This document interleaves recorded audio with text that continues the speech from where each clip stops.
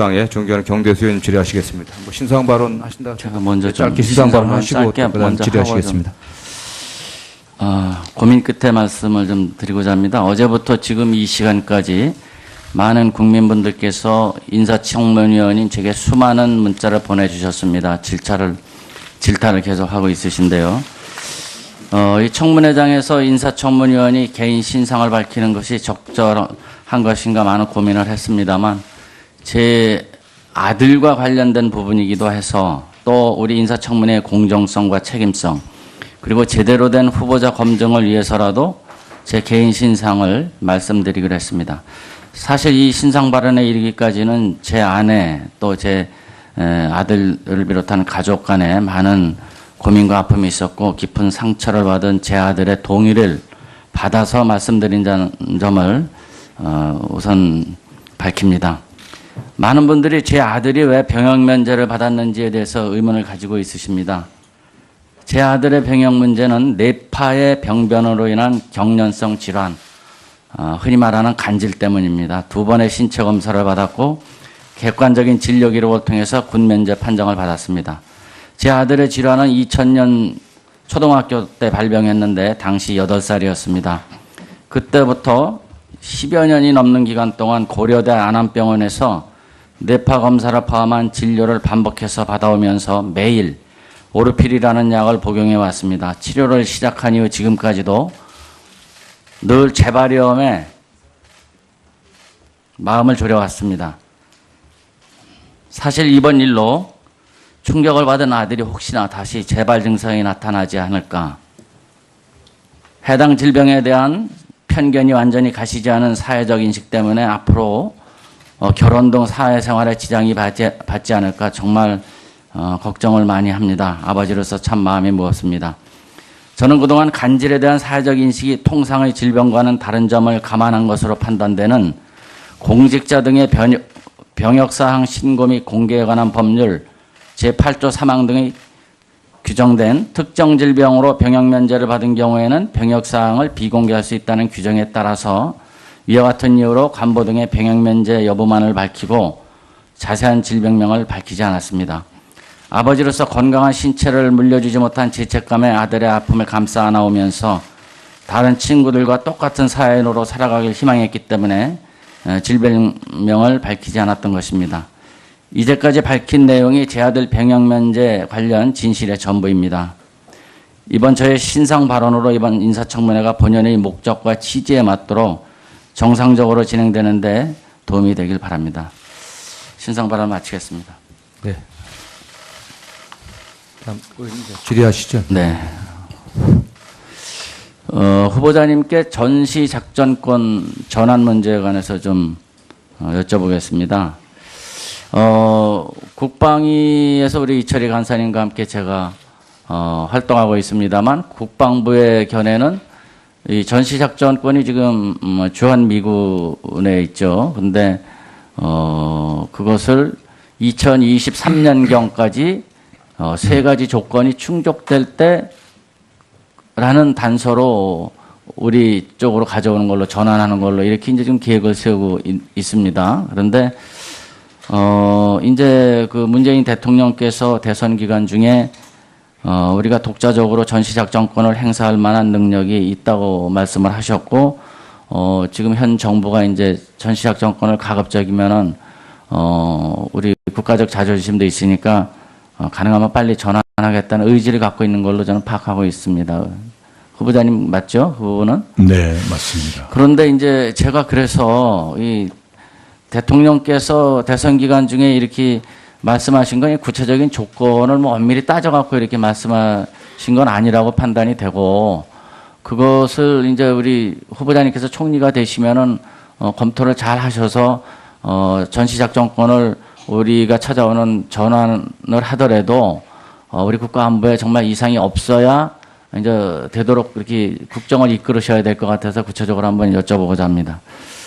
이 전시작전권은 이제 평시작전권과 함께 다 유엔사에 있다가 찾아온 게 김영삼 정부 때는 평시작전권은 우리 한국군이 가져오고 전시작전권은 이제 계속 주한미군 사령관한테 있었는데요.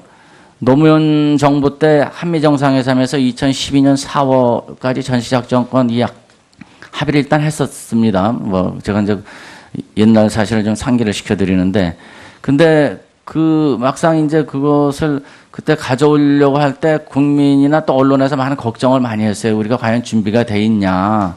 우리가 그 전시작전권까지 전환을 해서 우리가 행사할 때 대북 관계에서 안보를 확실히 지킬 수 있냐, 이런 걱정 끝에 이명박 정부 때인 2009년 이제 합의하기를 2015년 12월로 연장됐다가 그게 또 준비가 부족하다 이렇게 판단이 돼서 2014년 박근혜 정부 때 한미 양국 간 연례 안보 협의회에서 이제 이 조건에 기초한 전작권 전환 이렇게 해서 만든 게 세 가지 조건이에요. 그래서 이 세 가지 조건에 관해서 우리 후보자님께 한번 견해를 여쭤보자 합니다. 지금 첫 번째 조건이 전작권 전환에 부합되는 한반도 및 지역 안보 환경이 조성돼야 된다, 이렇게 되어 있습니다. 그런데 지금 북한과 우리와의 이 대치 상태를 볼 때 2014년 그 합의할 때보다 오히려 한반도나 지역 안보 환경이 더 개선된 게 아니라 악화된 게 아닌가, 저는 그렇게 판단이 되는데요. 구체적으로 네. 북한은 자기들 헌법에 핵보유국을 아예 불변의 원칙으로 명시하고 또 핵 실험도 계속 반복되고 있고, 우리 대통령이 취임하신 이후에도 미사일 발사도 또 계속하고 있고, 대기권 재진입 기술도 확보했다는 평가가 나올 정도로 이렇게 심각해지고 있는데, 이 더 악화된 환경이라는데 동의하시나요? 네, 악화됐다고 생각합니다. 또 이제 두 번째 조건이 뭐냐면은 연합방위를 주도할 수 있는 한국군의 핵심 군사 능력이 확보돼야 된다, 이렇게 되어 있습니다.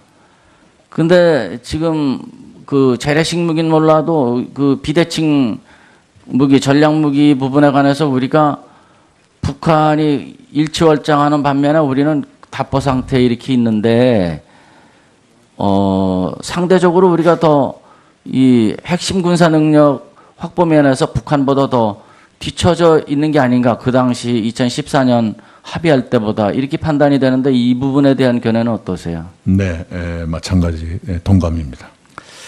그 다음에 이제 마지막 조건이 뭐냐 하면은 핵과 미사일에 대한 한국군의 초기 비수 대응 능력이 확보돼야 된다, 이렇게 규정이 되어 있습니다.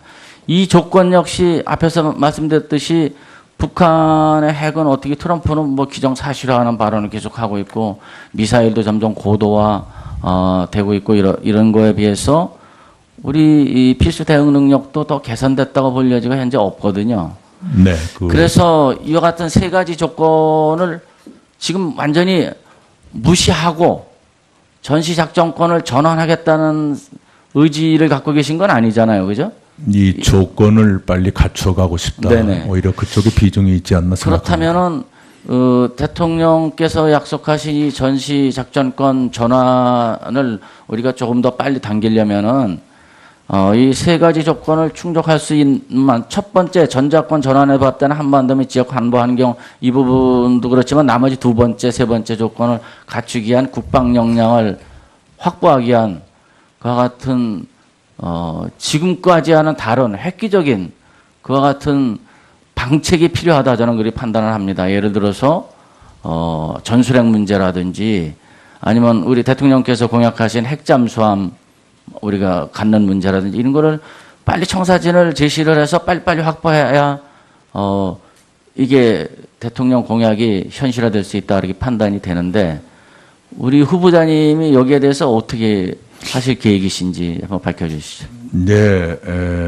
지금 상태에서 뭐 2번은 이렇게 하고 3번은 이렇게 하겠습니다 할 정도로 제가 많은 공부가 되어 있는 것은 아닙니다. 분명한 것은 이 전작권 환수에 대한 합의 이름 자체가 조건에 기초한 전작권 이양 이렇게 되어 있기 때문에 조건이란 게 전제가 되는 것이고요. 그 점에서는 우리의 국방력 향상이 뭐 대전제가 되는 거지만, 북한이 저렇게 군사력 증강과 군사 도발에 그냥 올인할 정도로 있는데 우리가 웬만큼 해가지고 그 간격이 메워질 것인가에 대해서 아직 확신하기 좀 어렵다, 이 말씀을 드리겠습니다. 저도 그렇게 생각을 합니다. 대통령께서 공약을 하셨지만 그래도 그 공약을 무조건 이행하기 위해서 이와 같은 여건을 무시한 채 하시지는 않으시리라 믿습니다. 우리 후보자님께서도 그 점을 좀. 네네. 공직자 등의 병역사항 신고 및 공개에 관한 법률 제8조 3항 등의 규정된 특정 질병으로 병역 면제를 받은 경우에는 병역사항을 비공개할 수 있다는 규정에 따라서 이와 같은 이유로 간부 등의 병역 면제 여부만을 밝히고 자세한 질병명을 밝히지 않았습니다. 아버지로서 건강한 신체를 물려주지 못한 죄책감에 아들의 아픔을 감싸 안아오면서 다른 친구들과 똑같은 사회인으로 살아가길 희망했기 때문에 질병명을 밝히지 않았던 것입니다. 이제까지 밝힌 내용이 제 아들 병역 면제 관련 진실의 전부입니다. 이번 저의 신상 발언으로 이번 인사청문회가 본연의 목적과 취지에 맞도록 여기까지는 제 아내 또 제 아들을 비롯한 가족 간에 많은 고민과 아픔이 있었고 깊은 상처를 받은 제 아들의 동의를 받아서 말씀드린 점을 우선 밝힙니다. 많은 분들이 제 아들이 왜 병역 면제를 받았는지에 대해서 의문을 가지고 있으십니다. 제 아들의 병역 문제는 뇌파의 병변으로 인한 경련성 질환, 흔히 말하는 간질 때문입니다. 2번의 신체 검사를 받았고 객관적인 진료 기록을 통해서 군 면제 판정을 받았습니다. 제 아들의 질환은 2000년 초등학교 때 발병했는데 당시 8살이었습니다. 그때부터 10여 년이 넘는 기간 동안 정상적으로 진행되는데 도움이 되길 바랍니다. 신상 발언 마치겠습니다. 네. 다음 질의하시죠. 네. 후보자님께 전시 작전권 전환 문제에 관해서 좀 여쭤보겠습니다.